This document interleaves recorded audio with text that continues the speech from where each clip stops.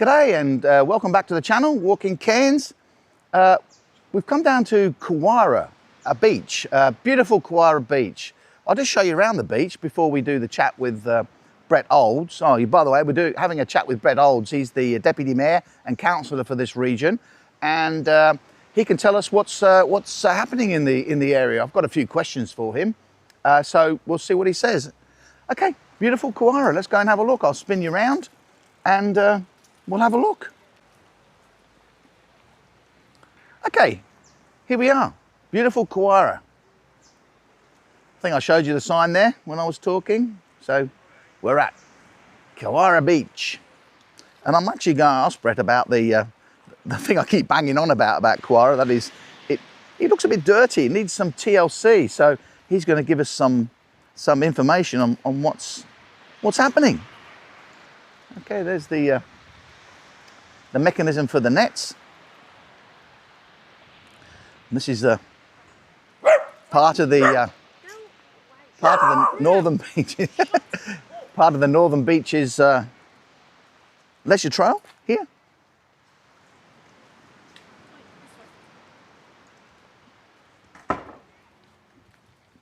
And they're talking about the bridge here. We've gone across it many times before.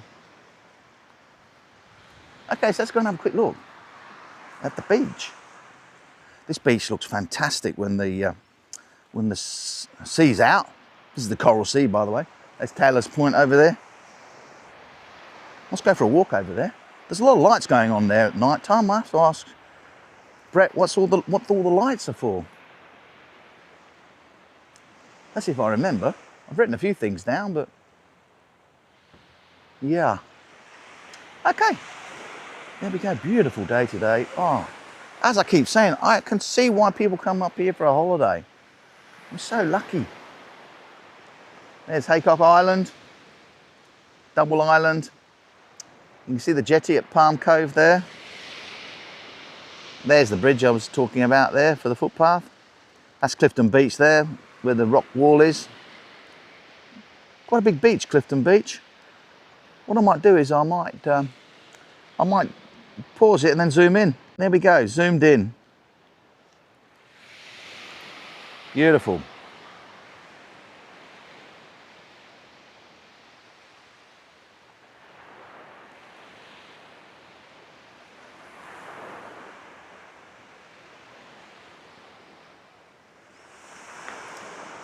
Beautiful.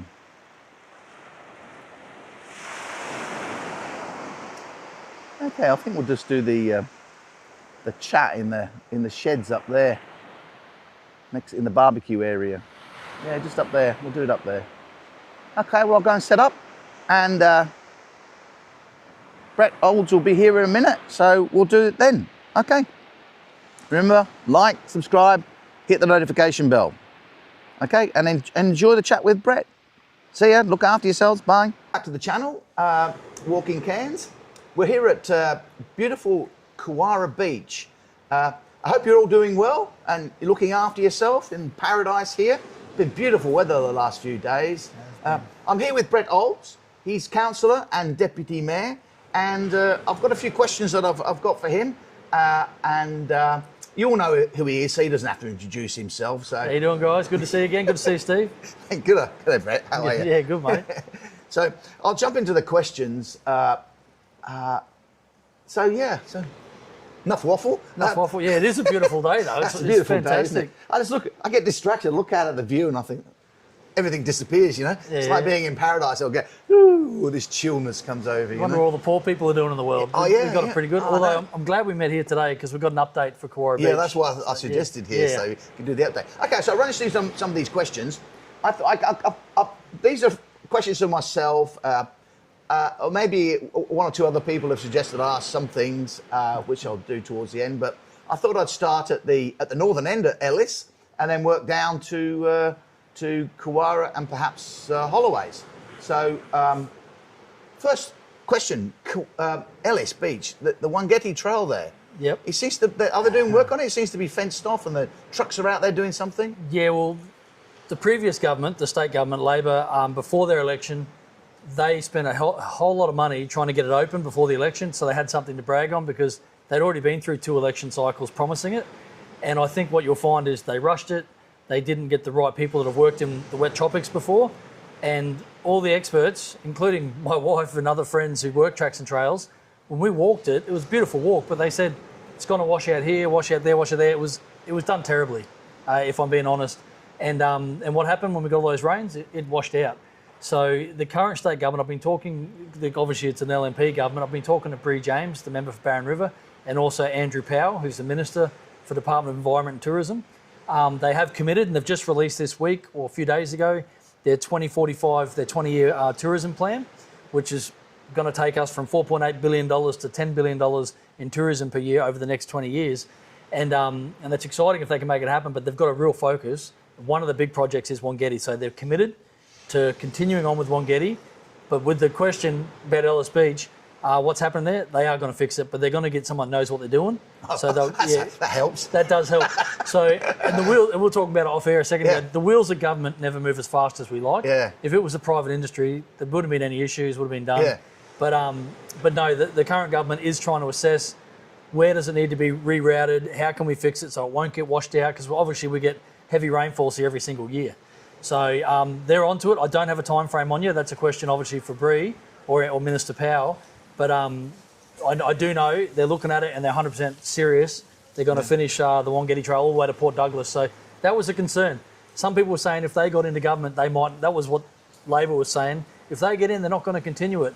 But they are. They're going to continue it. So yeah. Well, it's good for tourism. But I read something, and I'm guessing they're talking about Wangetti Trail. And the headline was the most expensive footpath in Australia. That'd be that, wouldn't it? That was Minister Powell, yeah. Bree calls it the Wangetti Trail. She says it's wrong.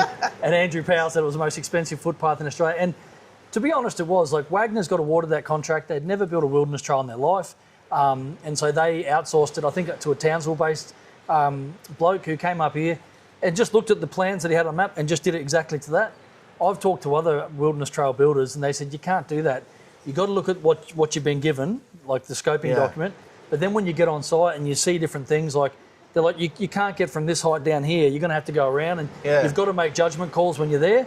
And apparently this bloke didn't. He just built it exactly like it was drawn on a piece of paper. And the mountains aren't built like a piece of paper. So they're not, no. Again, I'm not the expert, but I have talked to a bunch of the builders and wilderness trail experts. They're going to be, I think we're going to have a different person fixing that trail up, a different group. I don't know who that's going to be just yet, but we've got a couple of really good local firms. It's obviously a real problem because it gets washed out every year. Yeah. It's like the Clifton Beach footpath, isn't it? Oh, well, hey, we fixed that again and we put pipes in underneath, so hopefully it won't go again. But if you look at the Smithfield mountain bike park, that's been built since the 1990s. Yeah. Now, it does need some work every year, but every trail does in the world. Yeah. But that doesn't get washed away. That's right, That was built by World Trail and Glenn Jacobs and the boys. So Dylan and Glenn are partners there. We got Evan from Contour Works, is another good local company. We've got some ripping young and local companies here doing that stuff. So even with the wet tropics, you can build wilderness trails that'll hold up. Well, I hope so, because I think it'll be excellent. Oh, it's going to be fantastic. Okay, let's move on then. Go down to Palm Cove. Now, I'll start with the easy ones. The zoo. Everybody asks about the zoo, and we've got an old zoo there. The zoo closed just before I moved into Cairns, and I would have loved to have gone and seen it. But the zoo closed, and just opposite is the opal mine. Yeah. What's happening with those two sites? Any news? Yeah, no new news, sorry, but they're both privately owned. You know, there was a bit of, before the last election, we were trying to get the state to maybe buy the zoo site and make it for a car parking site or maybe a caravan park up there, and trying to get like electric shuttles taking cars to Palm Cove, because the parking in Palm Cove has always been an issue. Yeah. That didn't happen, and it was just one of many concepts thrown up. The zoo site, years ago, council approved a service station and a fast food place to be built on both there. sides of the road? No, just on the one, not the opal one. He hasn't got any extra approvals that I know of. But the zoo site, and because of that, what they're proposing is to put a stoplight. Now, I voted against it, by the way. We've got enough you'd have to put a stoplight there. Yeah, we've got two stoplights. Yeah, we've got two stoplights on the highway right now, and they want to put a third one. And they're saying because the service station's been approved there, that's what the state's telling us.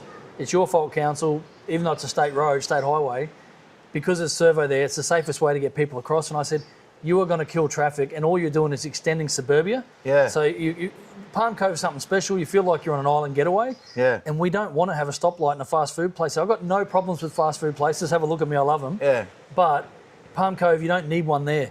So, but anyway, that's what's been approved. We're trying to get a roundabout, an entrance statement, not just an entrance statement to Palm Cove there, a big roundabout put there instead of stoplights. Well, that's on the Palm Cove Boulevard, yeah? Palm Cove Boulevard, yeah, right there at Beaukisser Drive and Palm Cove Boulevard. That's the northern side of the zoo. Of the zoo. Yeah, the old zoo site. Yeah. But the entrance statement isn't just for Palm Cove. The entrance statement is for the beginning of the Great Barrier Reef Drive, which is what the state's called that highway, which goes all the way to Cape Tribulation. I think that'd be fantastic. They need to market that more, I think. We do need to market it, and the state government, and even the federal government. We've got to play to our strengths. Yeah. And I think putting a set of stoplights there and a service station isn't. Well, if you put a service station there, I mean, I come out, as you know, I live up there, so I come out that Alexandra Avenue or drive or road or whatever every morning, and some mornings I have to wait 10 minutes to find and you risk your life trying to get across. Well, that's right. If the big roundabout went in at Beaukisser, which is just north of Alexandra would come up and hook to the north and come so out. You divert that, So you'd divert that into the roundabout. Okay. And that would make it a lot safer. Yeah. It'd keep traffic flowing on wide traffic. Stoplights, you've seen what it does on the weekends, the two sets we've got. I know, that Clifton Road one is it's terrible. I think, I should never have put that there, really. Oh, the It was a knee-jerk reaction, I think. No, it was. And I could tell a story about that one too. Yeah, but it's obvious a knee-jerk reaction. You can see it, because you think, it wasn't that bad. I used to live there. Yep. How you doing, mate? On Beaver Road. How you going? I used to live there on Beaver Street, so I used to come out there every day, and it was never a problem. It's much worse at Alexandra and that Beaukisser or whatever it's called. Beaukisser, yeah. It was supposed to be Evergreen Drive, the one we're talking about, was supposed to always have a huge roundabout there, about the same size as the Smithfield roundabout, and the same thing, Rudder Street would have come around into it, and Clifton Road would have come around into it, and Evergreen, and you would have had an underpass for kids to get to the playground and to the childcare centre. It would have been fantastic. But it costs more money to do that than to put a cheap set of stoplights in, which have just slowed everything down. It's been a terrible outcome. It has. It's not good at all. And that's obviously that's all state government highways too, by the way. Council makes mistakes too, but I'm just highlighting that one's on state. Yeah, I mean, you got to have the one near the shops. I mean, that's a given. That's a dangerous one. That is a very busy intersection. Trucks coming in there with deliveries and stuff. Yeah. But the others, I don't know. But anyway, it is a problem. If you're going to put something like a development in there, it's going to be a problem with the road, I think. No, 100%. And I don't know what's going to happen with the excess. Like, that's all approved for commercial on the front. We're back to the zoo site. Yeah. So it's all commercial on the front. In the corner has been approved service station and fast food. And behind it, I think residential, perhaps. Yeah. What about accommodation? I use the word backpacker, but let's say cheaper accommodation than Palm Cove offers. That would be excellent over there. It would be, but that's all. That's up to the private sector to do, because it's not state or council-owned land. Yeah. You need someone from the private sector to come in and have a vision with Wangetti Trail going in. You could put accommodation there. There's lots of ideas. Yeah. You just need someone with the right concept, right idea, and enough money to see it through and build it. So and a bit of leadership. But I'm sure if someone came along, that would be looked favourably upon by the planners. Because it's real. You see people all the time on all the Facebook groups saying, I'm coming up to Cairns, because they're all deserting Victoria, you wouldn't believe. Can't blame them for that. Yeah, they're deserting Victoria and Adelaide to a certain extent, and they're coming up here. They post, okay, I'm coming up here now. Where should I look to live? And everybody writes back, rental occupancy rates are less than 1%. You've got Buckleys basically and they all get disappointed. Well, it's a big issue right across Australia, but up here, we're no exception. It's like hen's teeth, isn't it? Accommodation up here. Okay, let's go.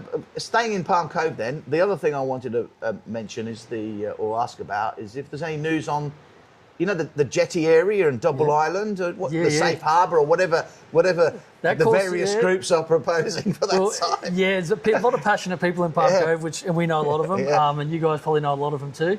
And it's great that they're passionate. We had Gary Hunt, who's from Hunt Design, come up with a concept. I think you were there that night. I wasn't actually. I missed it. Yeah, it was. I heard the outcome. There was a lot of venom. A lot of venom. A lot of anger. Yeah. But anyway, he came up with a concept, and he said, what about having a lagoon here? Because if Double Island, because it's been taken back by the state of Fortune's holdings, and they're having expression of interest right now, so it's out to tender. And I know that the Morris Group is one of the people that have put a tender in. And he's got Polaris Island, he's got Orpheus Island, Mount Mulligan Station. He does a lot. There's a lot of other people that put tenders in too. But if we get a good operator in at Double Island, then what Gary was saying is you're going to need Palm Cove to be operational, you know, have a functional jetty. I mean, if I was looking at Palm Island as Double Island. Double Island as a, renamed it. Yeah. Well, Palm Island's off our town. Yeah, I know. If I was going to invest my money in there, I'd want to make sure that people get easy access to that island. 100%. Yeah. And so that's why Gary Hunt came up with the concept, and a lot of people got really angry because he put a lagoon in his concept, which I think is a great idea. I think it's a great idea, but you'd have to move the caravan park, and a lot of people are attached to it. But anyway, he was just putting the concept out there and got attacked viciously over it. But I've been talking, so I had and this is breaking news actually, you're the first person to hear this. So, first public person to hear this. I've been talking to TTNQ. Mark Olsen called me probably about a week ago only. And TTNQ is what? Tropical Tourism North Queensland. I mean, I know what it is, but people listening in Victoria or wherever. Yeah, Tourism Tropical North Queensland. So they're the big tourism body that does from I think they do from Mission Beach all the way to the Torres Strait and out to the Northern Territory border. Cairns is obviously their main hub, Cairns Port Douglas focus area, because all boats rise on high tide, you've got to get people here. But he called me last week or 10 days ago and he goes, Oldsy, I've been told by someone in Main Roads, because the jetty at Palm Cove is owned by the Department of Transport and Main Roads and Marine Safety Queensland, MSQ. But council is responsible for the maintenance. We get paid to do the maintenance on it by the state, and so cleaning it and everything else. But the structural integrity, any structural damage, is the responsibility of the state. And he goes, someone told him that the boats can go there, like, you know, Great Adventures, Quicksilver, all these places, and boats can didn't they used to when they first started? In the 90s, they used to go there, because that's what jetties are built for. They're not just built for fishing. That's right. But we've always been told and always heard that because of safety issues, they've stopped doing it. Now, he said, Oldsy, someone's told me that all they need is a permit off council. And I said, that doesn't sound right to me, because it doesn't. Why would council be involved in anything on the water? But anyway, I said I'd look into it. So I made some phone calls, made a lot of phone calls actually, and ended up getting onto an officer in Brisbane from DTMR, and I found out a lot of information. One, boats can use it. Yeah. So that and I said, well, it does get a bit rough at times though. The southeasterlies get really rough at times, but I'll get onto some information about that too. But anyway, right now, council is the one that has to give the permit, which no one at council knows about. So the communication's been terrible. Nobody's asked. Well, I think the last government was very hard to work. I know for a fact the last government was very hard to work with. From elected person to elected person, from officer to bureaucrat, they were very standoffish, and it was a patriarchal, like, we're the parent, you're the child, go in the corner. Yeah. That's all changed, and I'll get onto that when we talk about Kewarra Beach, how that relationship's changed, which is an awesome thing for the community. But anyway, no one at council knows that we can give permits for that. I've found out, I've got all the information from Main Roads. We absolutely can.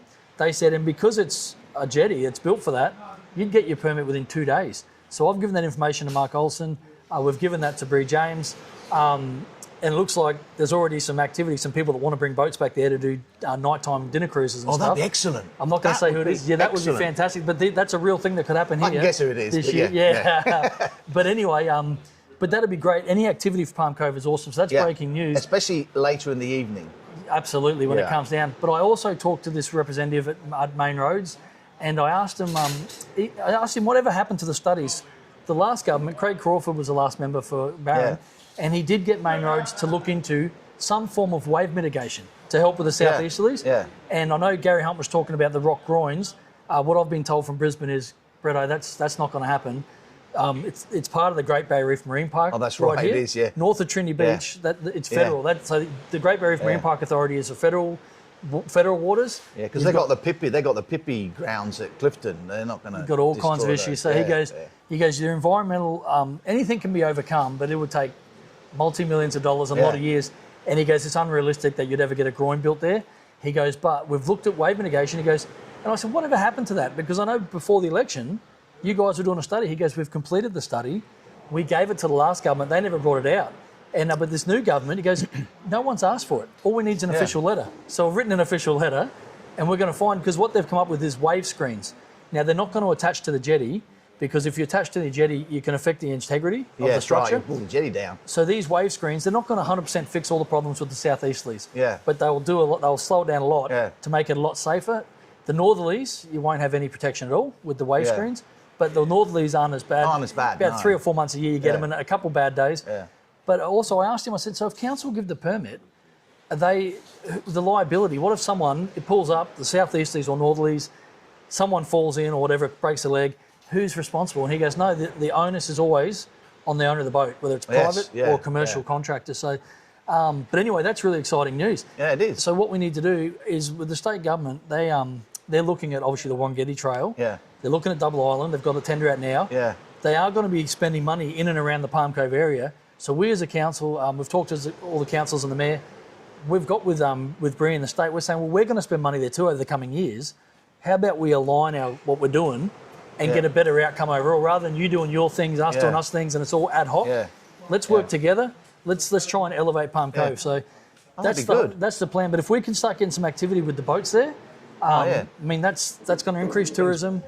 Who knows if we could ever get Quicksilver then back? Maybe it's not commercially viable for them. Maybe that's why they stopped. No, but maybe not. But they're allowed to right now. They're allowed to stop there. So that was very interesting news. And like I said, you're the first one to publicly hear about it. Yeah. Oh wow, that's very interesting, isn't it? Yeah, it's exciting. Okay, let's carry on then. That's good news. And Ironman's next weekend too, guys, at Palm Cove. Ironman. Yeah, I'm going to actually go down and do some video of the Ironman. You'll see me pressing the horn for the start of the races. Oh really? What time does it start? 4 o'clock? Oh no. I'll be down there probably at 5 o'clock. But no, the first race starts at I think 6 or 6:15, and then the next one's at 7. This is on Sunday? On Sunday, next Sunday. I'll be down there doing some filming, I think, because I think it'll be exciting. Oh, I'm sure people interstate or overseas want to see it as well. Oh, it's fantastic. So, yeah, absolutely. You get a lot of people looking at the channel from Victoria. Oh, Must want to come up. Yeah, that's what makes them want to come up. Where else would you want to be in winter than right here? Have a look around. I know, it's amazing, isn't it? Yeah. Okay, so we've covered the Wangetti, the zoo, Double Islands, and so on. So I'm assuming that then, when the guy or the company take over a Double Island, if they do, they'll get a permit to run a boat. Well, yeah, you'd imagine they'd do that too. So, I actually talked to Chris Morris the other day. I got to meet him. He said, look, he's got no issues. Even Yorkeys Knob Marina is not too far away. Yeah. I think it is. I think it is too. Yeah. I mean, you know what it's like here. Yeah, they don't even want to walk. People don't even want to walk from 500 metres, do they? If I can't get a park in front of my pie shop, I'll drive 20 k's to the next bakery. Yeah, that's right. Hey, while we're in Palm Cove, I will say one other thing, which has been finished. And I don't know if you can walk down it. I'm going to do a video too. It's been years since I've been in, almost a decade. People in Vivas Road have always wanted a footpath. I was going to ask you about that. Yeah, it's such a long area and it was so expensive. And then the state government were talking about shutting off the highway there at some stage. It's still in the plans, future plans, but it's probably never going to happen. But we got it done. Yeah. We got it in the budget. We got it done. That wasn't an easy thing to get done, guys. I know there's a lot of impatient people out there, and rightly so. It's a dangerous road to walk on with prams and elderly, but we got the win. The wheels of government turned slow. Okay. How you doing, guys? That was a fight. I do have a slight complaint from somebody on that footpath. We've got the footpath then, and there's complaints. There's a complaint. Yeah, so I can be your first complaint. Yeah. Apparently, this person was telling me that, because I mentioned I'm going to have a chat with you, and I said, he said, what are you going to talk about? So I said, I'll run through these things, and I said, and I think Brett wants to mention something about the footpath as well. So he said, which footpath? I said, the one on Vivas Road. He said, oh, can you ask him this then? Yeah. Apparently, you know the crossovers? Yep. That's where your driveway comes over the council part of the land to get to the road, right? It's called a crossover. Apparently, you seem to have gone through every crossover except the bad one. And the footpath stopped either side. It's a crossover that's made of rickety old paving stones or something. Yeah. And council have sort of stopped either side and haven't. Oh, I'll have to go look at that, because that should be right. It's the rickety one, not the. But all the other ones apparently are good. Yeah, well, no, I'll have a look at that, because He said apart from that, it's good. Because we want wheelchairs, you want all ability access. And you wouldn't get a wheelchair across that. I'll go for a drive this afternoon and check it out. But no, I imagine, the guys are awesome. I imagine that's either an oversight or they're coming back later to do something else. That's what I said. I said, they're probably coming back later to do they won't leave it like that. Yeah. And if they do, I'll slap them. And if I'm wrong, they'll slap me. Okay, well, that's that then. That's good. That's good. Well done. Yeah, I'll get onto it. Well done. So continue on Vivas Road. The toilet next to the Vivas Cafe. I noticed there's some. I meant to take a video of it and put it on this part of the chat, but I never got round to it. But it looks like somebody's in there. I saw electricians in there the other day with their vans. It looks like it's in that like cul-de-sac area, isn't it? Yeah, it's that cul-de-sac area is where it's going to go. But we've been obviously working on the budget. We're going to deliver it on June 25th, the new budget, and it's in the budget documents, but it's been pushed out. to year 5 or 6. So it's still 5 years away before they build that toilet. Oh, wow. At this stage, I'm doing everything I can to bring I'll it have to forward. hold on then. Well, yeah, because they've got money put in the budget for this next year to fix up the middle toilets there at Peppers. So we're gonna bring those back up. That's the one next to Choc D. Yeah, they're a bit dilapidated. They're a bit dirty. So we're gonna got seats on it though. Unlike some of these other toilets. Yeah. But so toilets are expensive, guys. Like to build a brand new toilet, it can be $500,000 or more in some instances. Which is like, how can it be that expensive for a toilet? You can build a whole house for less than that. Yeah. With toilets in it. Well, it's the seat warmers. But yeah, it's those seat warmers you put on. Mate, we need a Department of Government Efficiency like they have in America looking at why are things so expensive at government. And there is some reasons for it, but I'm like, that's a ridiculous amount of money. Are you going to put those Japanese toilets in? You know that? Where they just squat over them? No, the normal toilets, but you press the buttons and it washes. Oh, the bidet. With the That'd be lovely. It's just another thing to break maintenance down. bill. Yeah, maintenance.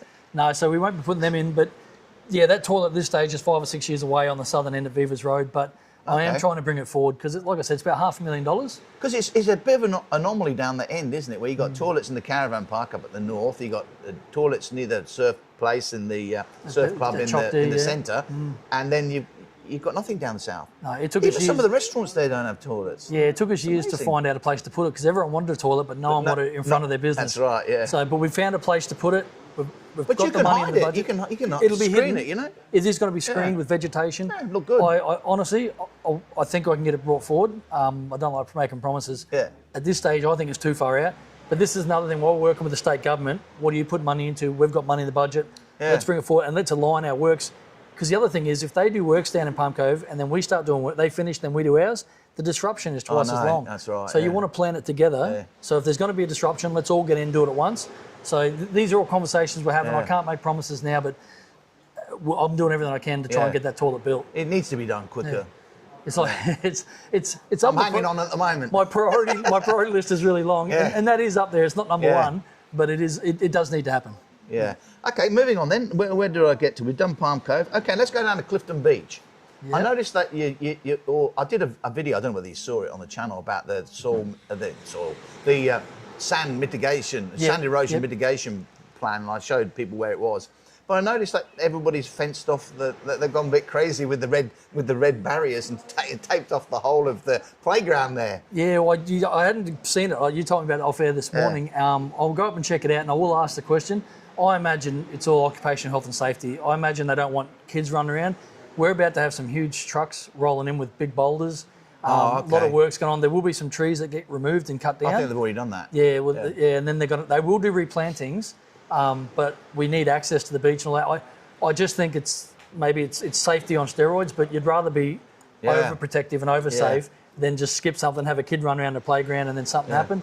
So I believe that's what it will be. Well, I suggest that rather than do it that way, they should just close off the car park. Just close it off. Just close it off, yeah. At the road entrance. You know? I haven't been up and seen it, and I haven't talked to the boys yet. Go mad and tape up everything. Yeah, apart from the entrances. I should have gone up and seen it. I've been this last 2 weeks. I've been so flat stick. I did go for a drive there. I think a week and a half ago, and it wasn't closed off at that stage. So it must have just happened within the last 2 days. And when are they likely to start with the boulders? It's this month. So it's any day now. It's any week now. Because I noticed you've removed the trees from the Clifton Beach playground area, and you've removed the trees on the other two areas. In fact, in the videos, you were just doing the last one with the tree removal. Yeah.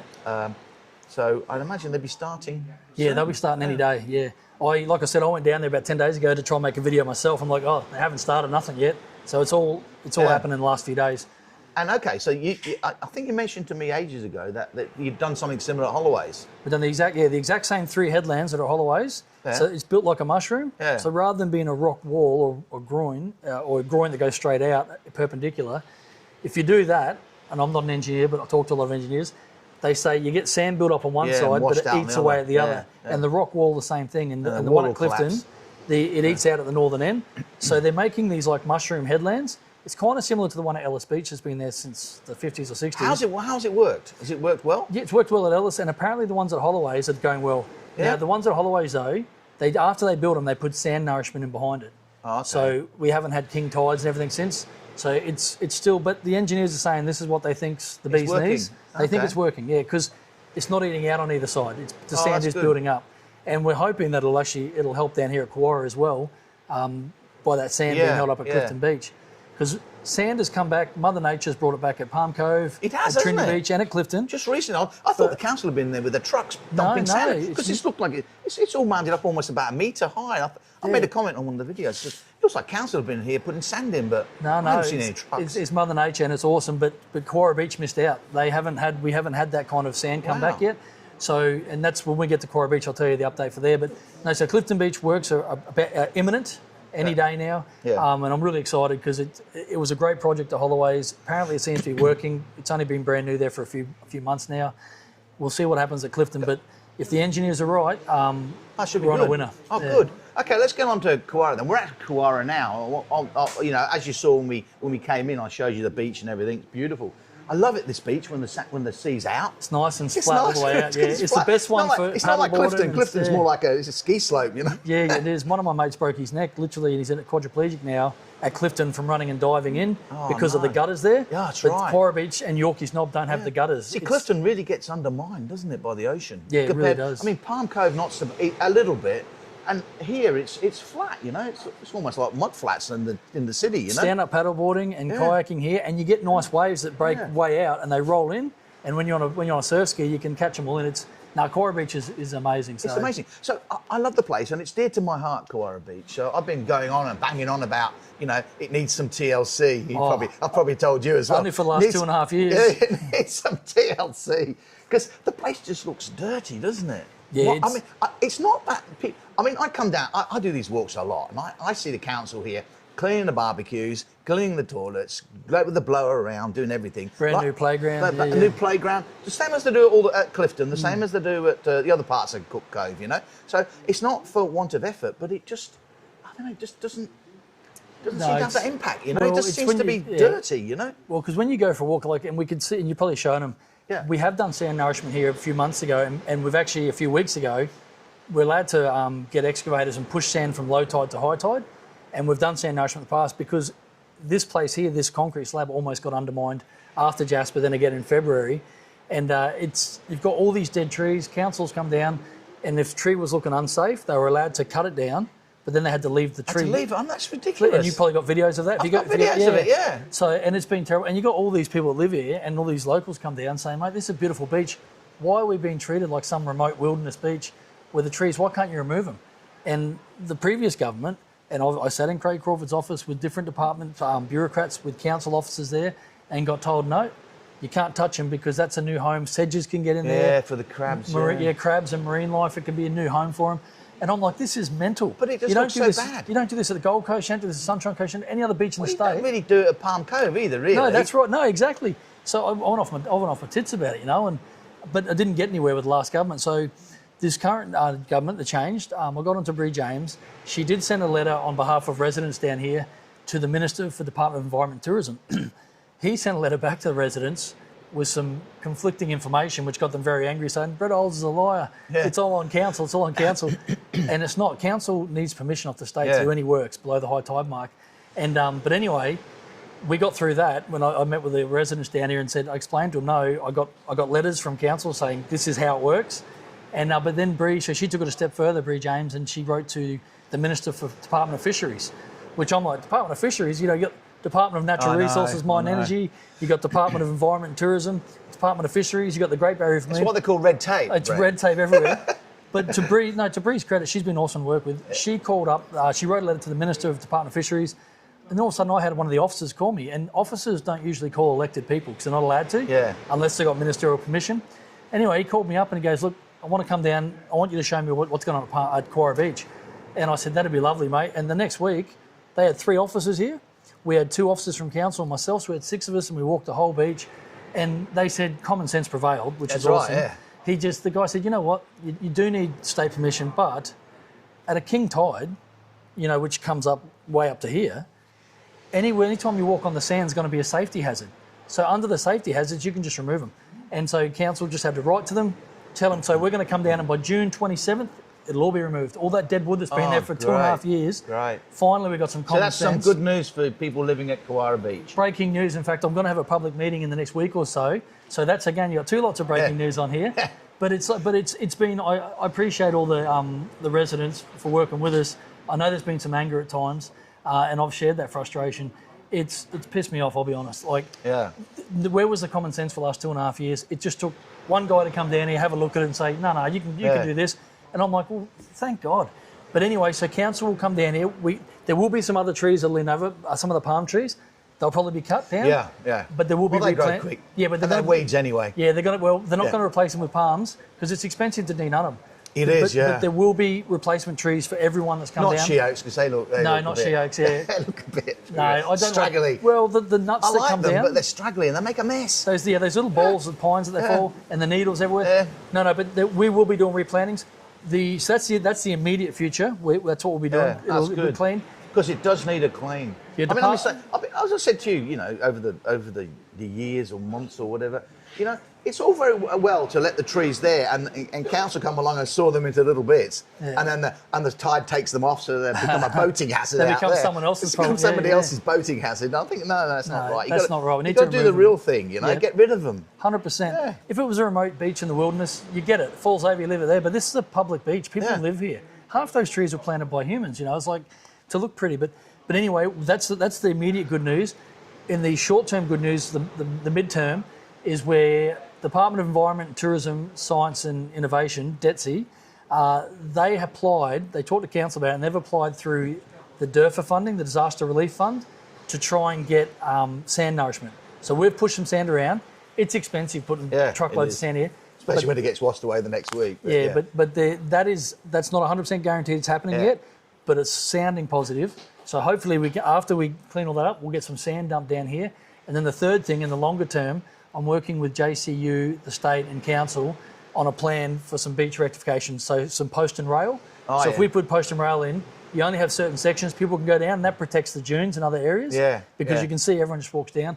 But that's a longer term plan. I don't have any news on that. I thought I'd get some last week, but there might be some good news coming real soon, collaborating with JCU, with the federal government, the state government and with council. So so we'll all chip in some money if it goes ahead. Kewarra is getting some action, finally. Better late than never. And it is late, I guarantee you. It's 2.5 years too late, but it's better late than never. So you heard it here. Yeah, you heard it with Steve-O. Okay, what's the next one? I'm going to try and unlock this. Let me unlock it. That's good. Okay, we've done the tidy up. The Love Shack. The Love Shack up there, that's brilliant. I want to take it over. But it's on private land. I know, but I want to go and see this. The Chinese lady that owns the resort. It's Taiwanese, is it? Yeah. I want to go and see her and say, can I take that over? I haven't got any money, but maybe do it as a cooperative. So people, we have a cooperative and sell shares or set up a company and set up the Love Shack again. Everyone used to love the beach, the beach hut. I've asked for her details, and I've asked council to write an email asking what her plans are with it, because allegedly she doesn't want it. I can't talk on her behalf, I've never met her, but allegedly she's not interested in keeping that going. And I'm like, well... Yeah, but other people would be. Yeah, but it's her private land. I know. So it's either, because a lot of people think it's council land. No, it's not. She's either got to lease it out to someone else, do it up, or in my opinion, take it down because it's dilapidated. It's falling. You can't leave it like it is, and that's not good enough. You can recover it though. I've been there several times. The bones are good. All the posts are good. Yep. The roof is just needs There's a new roof. That's easy. The containers there and the pizza ovens, they're all fine. They just need cleaning up. No, I reckon you could take it and put the chairs out there. Mate, that's fantastic. Because Kewarra, if you look around Cook Cove, I mean, you know this. I'm teaching you to suck eggs here, or whatever the saying is. But if you look at Cook Cove here, Palm Cove gets the raw deal because it gets the southeasterly straight directly on shore. Clifton sort of gets it at a 45. We're protected by Taylor's Point. You're protected by Taylor Point, plus the wind comes parallel with the beach. So the Love Shack there is fantastic. Oh, mate, I used to love going down there myself. I used to love go down there. Yeah. So I have been trying to get in contact with her. I haven't met her yet. Obviously, again, it's not the top of my list, but it's on the list. Yeah. And but no, I just think it looks awful the way it is. Well, hopefully she watches this. Hopefully she's a subscriber and she watches the channel. Because it's a great thing for locals and tourists alike. If you don't, send me an email. It's in the description. Yeah, nice. But no, so Kewarra, we need some TLC. It's getting some TLC. Excellent. And that's another thing we need to fix up. Yeah, excellent. Okay. Trinity Beach, we've got Moore Road, which comes into the back of Taylor's Point. Moore Road there has been like Viva's Road for a long time. Really dangerous to walk on. Cars park on both sides of the road. People on prams, kids on bikes. They need a footpath for years and years and years. we finally got it, and the works are starting, I think, this week. Are they doing any work over there? Because at night, next if you look out here, there's lights all up the shore. What's that for? I met with Audris, the guy that owns Taylor's Point. What's all those lights? Bree James and I met with him last week, I think it was. Yeah. And no, he puts the lights on to uplight the trees because he just loves looking at the natures and beauty. Because everybody's asking me, Yeah. Steve, you know what's going on here. What's with all those lights? I said, I think it's the construction at Taylor Point. No, he's not constructing anything. He's got equipment there because he's in finding car bodies he's got 13 tons of concrete car bodies and stuff stocked up there. So everybody uses it as the dumping ground. Everyone uses it as dumping ground for ages. So Audris is That's how well people looked after the area. Oh mate, it's just terrible. We've done so many cleanups there on behalf of the previous owners. The community did, mate. There was washing machines, pallets of stuff, tyres, like it burnt out cars. But anyway, Audris is doing a great job fixing that place up. He has fenced it off.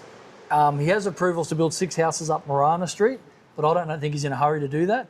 If he does that, a footpath will have to come all the way out to the beach. Oh, that'd be excellent. He actually, like Kewarra Resort and the other people at Taylor's Point, he owns down past into the water.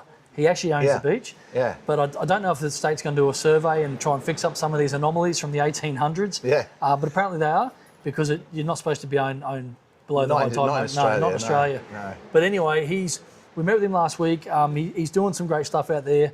He has some yellow iron, but he's not constructing anything. He's just picking up. He's had lots of vandalism, death threats, like we're going to break your knees, because locals that want to go to the beach. Yeah, and the hoons that used to go forward driving down there. Yeah. Like, he's been abused a lot, actually. But he seems like a really genuine, nice bloke. So I've only met him the once. So long as he treats the environment with respect, people don't really mind development. Well, not sensible people anyway. Yeah. They don't mind development, so long as it's done with respect, Well, those 6 houses that if he ever does develop them, which he's got permission to do, because those approvals were with the last owners, that'll actually be a good outcome, because it will stop four-wheel drivers being able to get through access onto that land, because you'll have houses there now. Yeah. So it'll be a good outcome. Developing that part at Marana Street, I think, is sensible. Go for a look. Yeah. No, it's beautiful over there, but you'll have a footpath there within weeks. Yeah. Oh, good. So, and that's taken 9 years as well. Oh, that's excellent. That's another good news. We're getting wins. Yeah, we're getting little wins. That's good. And I'm just not doing a good job of getting on Facebook. I've been so busy. I've been travelling everywhere. Well, that's what's good about this channel. If people actually watch it, they can learn things. Oh, the other thing I forgot about Clifton, there seems to be some work going on at the bike park, on the other side of the road. Oh, yes. Near Rudder Street, That'll be Evergreen Park. Yeah. So we're getting World Trail. So Glenn Jacobs and Dylan, the two partners there, they're building a pump track for us. So with that proper asphalt pump track for the bikes. Oh, okay. So it's just been dirt jumps over there for the longest time. Yeah. They're going to build a U-Butte. I thought people had just done that. I didn't realise. No, the council did that. Actually did it. I thought, those kids are really great. They put all these mounds up there. There's been a lot of accidents over there, and people with their own shovels making dangerous jumps. This is going to be next level. So it'll be ready. I think they started works last Monday. It'll be ready in 3 weeks. I saw them doing work there. It'll be ready in 3 weeks. And you're going to love it. So take your kids down there in about 3 weeks' time. We'll go down and check the guys while they're building it. Yeah. The good local company. They work all around the world, in the Netherlands, Tasmania, New Zealand. They're everywhere. But they're based out of Cairns. And so we've got good local contractors making great jumps right there. Maybe what I should do is, like I plan to do with the toilet area, is maybe I should just take the camera around, just do a little few, a couple of minute video of this bit, that what we were talking about, so people can see it. Well, I've been planning on doing that myself. I've got to find the time. Maybe I'll do that. I might do that tomorrow. Because people, unless you remind people what you've been doing and what's happening, they think, oh, I haven't heard from Oldsy in a bit. He's been lazy. Right, I promise you, I haven't been lazy. Yeah. I've been, we've been kicking goals, and I think there's been a lot of stuff happening on the beaches. So I'll have to do another video. I'll share your video. Yeah. Lots of information here. Lots of breaking news. Yeah. Okay. I've run out of my list. Now you said you had a couple of other points, didn't you? Have we done that? Yeah. Well, we talked about the Moore Street. Jetty. Moore Street. Yeah, Moore Street. We just talked about that with the footpath there. Yeah. No, other than that, I guess what else is going on? We're delivering the budget in a few days on June 25th. That's always hard because everyone loves getting a rates bill, right? You're on a hide into nothing, but. I did a show. I got my own radio show, and I'll put that up. I'll put that up on Facebook. My last episode from this week, because it'll explain to you kind of like how rates work, why we're looking at doing different things like the retirement villages and relocatable caravan parks. If you watch the video, you make a comment. Put the link in the comment. Yeah, I'll do that. I think I can. I don't really know much about YouTube, to be honest. I'll ask I know I know lots, but I don't really. I got a Spotify account this week with Brett Olds, but no, so I've got a lot of good information I try and put out there. We had another controversial like last week. We voted on the Reconciliation Action Plan, which myself and one other councillor, Councillor Tickner, voted against. and I speak about the reasons why I felt that way. And I think if you hear the show, it's better to explain. So there is plenty going on, but I've only got a couple of minutes. I've got a meeting in town with Bob Catter, actually. Oh, really? Talking about the new Good Range old Road. Oh, I'll let you know what I talk. Oh, yeah, good old Bob. He got back in. He increased his primary again. Good. I like Bob. Yeah, but he was kind of hoping for a minority government. I was on the airplane once, and he sat sort of next to me over the aisle from me, which amazed me because I always thought Polly sat in business class, but he sat in. No, he's economy. He sat in economy next to me, and I said, something, Bob? Can I tell you this? I said, your hat looks a lot bigger on TV. he couldn't stop laughing the whole flight. No, he's a good guy. He was hoping for minority government, obviously, so he could have a bit more power, but he didn't get that outcome. Got far from a minority. Yeah, 94 seats, mate. I don't know what happened. Yeah. Well, that's another show in itself. Yeah. But I talked to Bob before the election, and one thing, he's always wanted the tunnel, right? A new range, and I want a new range road. A lot of us do. Yeah, everybody does. The way to get that range road happening is to stop bugging the state government about it, because right now, if a range road gets built, the state have to pay 100% of it. Yeah. So even though it's technically a national highway, so if you look at a map for Australia, it shows the #1 highway all around the country. If you see the #1 on a white sign, that means it's a federal highway where they're spending 80% of the money for that. Federal highways. Yeah. But you see the #1 on a green sign, that means it is still the federal highway, but the state 100% pay for that. Oh, really? So you can't, anytime we're asking the state to do roads, and this is why north of Barron River or north of Cairns, why our highway system's always been worse than south of Cairns, because the federal highway used to stop at Ray Jones Drive at Portsmouth. So it went to the port. And so anytime they did works on the highways there, the feds put in 80% of the money and the state only had to put in 20%. Because you've got Navy base there. Yeah. Well, no, that's true too. Yeah. But you've got, you did that, the state government, so the federal government doesn't have a Department of Transport. So they just give you 80% of the money to the states and territories. But about 4 or 5 years ago, Warren Entsch was successful in getting the federal highway extended to Smithfield Roundabout. So the money now, any works that happen from now on, 80% will be paid by the feds for that highway, not the state. But if you want to get a range road, the way to get it, and I'm going a long way around it, but I'm trying to make the point, if anyone wants that range road to happen, what they need to do is get a federal highway declared. And I don't know why, everyone should be advocating for this. Our whole entire country, that federal highway should be a national highway, paid for by federal taxes. It should be, yeah. And so we need to advocate for that. That was the plan, original plan. One highway that's circumnavigated Australia. Mate, are we not part of Australia? This is. Sometimes you think that, don't you, up here? You do feel like the forgotten. Sometimes you don't even think like you're part of the state. Sometimes, because especially with like disaster relief funding. Down in the southeast, they seem to get it just like that. The next day, it's there. Write the check. You put the numbers on, and we'll sign the check. You saw the Gold Coast beach after Cyclone Alfred, which wasn't even a cyclone; it was a tropical storm, but it ate the whole beach away. And Tom Tate, the mayor down there, said, "If this isn't fixed by Easter, which is only 3 weeks away, I'll buy everyone on the Gold Coast a beer." It was fixed by Easter. Yeah. They got the money, and I don't begrudge them getting the money in the works. I'm just saying we want the same. We're still going. We're 18, 19 months later, and we're still after disaster funding. They're still fixing the road up to Port Douglas, and I heard somebody tell me it'll be finished in 2029. That's a long bloody wait, isn't it? They would never take this long anywhere else in the state. So no, it's disgusting. But with regards to that highway, if we want to get another range road for B doubles and everything, we need a national highway declared. That's what we should be advocating for, a national highway, but a national railway as well, from Cairns to Kewarra. Federal highway, federal railway. And then you'll get your tunnel or you'll get your road, whatever it is, because then the state government will be open to it, because they only have to pay for 20% of it. Yeah. So that's the way we've got to go. I'll be talking to Bob in about 45 minutes about exactly that. But I don't know. Our whole region has so much exciting things happening, but there is a lot of work to be done in certain areas, in crime, in infrastructure, and we're being let down a little bit or a lot. And so as much good as we've got going on, we've still got to take care of this as well. Yeah. But anyway, I get such. Haven't got too much else. No. I'm just looking at the time. Well, we'll wrap it up anyway. So. Yeah. No, I appreciate it, Steve. Mate. Hope you enjoyed it, guys. Yeah, and we'll do it again in another month or so. I've got to try and get some more breaking news. Yeah. Thanks. Have a good one. Remember, like, subscribe, and hit the notification bell. Good on you. And look after yourselves. Bye. Bye. Cheers, mate. That's good. That was good. Yeah. Okay, here's the work I was talking about with Brett. Today, this is at Clifton. This is the skate park.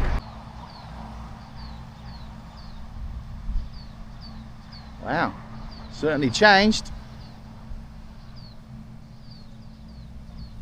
That's what's happening. Very much full into it. So they've taken the whole skate park away. As you can see, that's where the skate park used to be. It's taken away and they're putting more stuff in. This would be fantastic. Well done, everybody. Okay, here's what I was talking about at Clifton.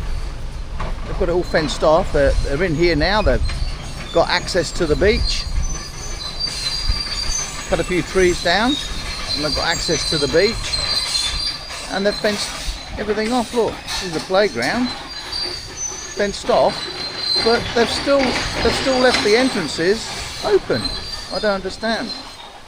And they've even fenced off over here where the car park is. I don't know. I don't know what's going on.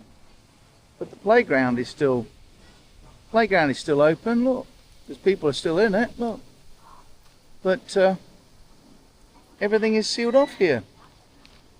Okay.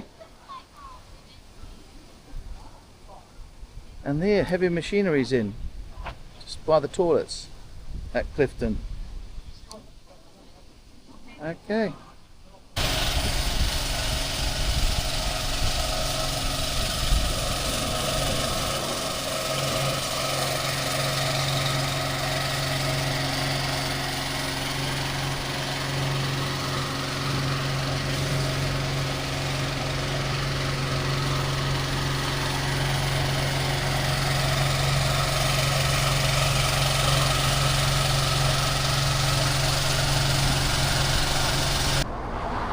Okay, here's the new footpath. I'll spin round on Beavers Road here. Goes all the way down here. On this side. This is what I was talking about. This is a crossover here where somebody's driveway goes across council land to the roadway. Looks like they've cut some crossovers and redone them. So it goes all the way down there. And we'll go down and have a look at the new toilet block. But this is it, new footpath. Way to go, council. Okay, this is the drift complex here. Here, drift complex. This is Beavers Road. That's Triton Street. This is Cafe Beavers here. Alamander in the back there. And this is where I think the toilet's going, here. Just here. In this, like a slip road thing here. I think they're putting the toilet there. So it's recessed back from the road. This is the road here. There's Beavers Road. This is the slip road here. And I think they're putting it here. Just here. Yeah. Somewhere in there, I think. That's where it's going. Could be wrong. Maybe somebody can leave a comment if I'm wrong. Here's the information. On the Wangetti track. Pause the video.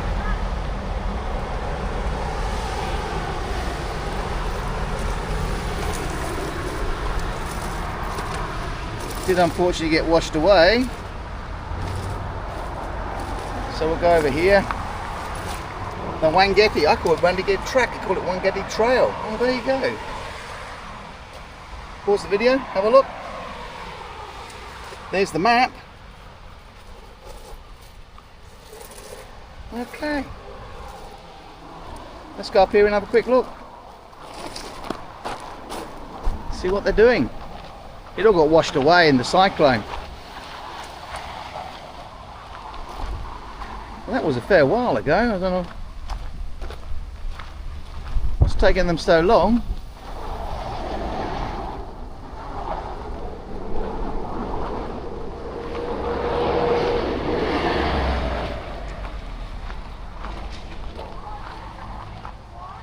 look over the bridge and we'll see. See, look at this. This is the landslide. Look, it all came down in the... We had so much rain. 1.3 meters of rain in 3 days we had at my place just up the road. We might have had more here. I still haven't been able to fix it. There was boulders the size of buses blocking this road here when it came down. In fact, there's still a boulder over there. When it came down, yeah, absolutely amazing. Okay, let's have a look. Probably get a better view of the landslide from this footpath. Bridge, rather. Footbridge. Eventually I got it right. This is the creek here. And this is all the boulders that came down the creek.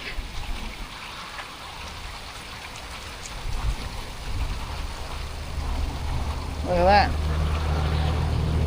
Washed out. They're in here trying to fix it. They've got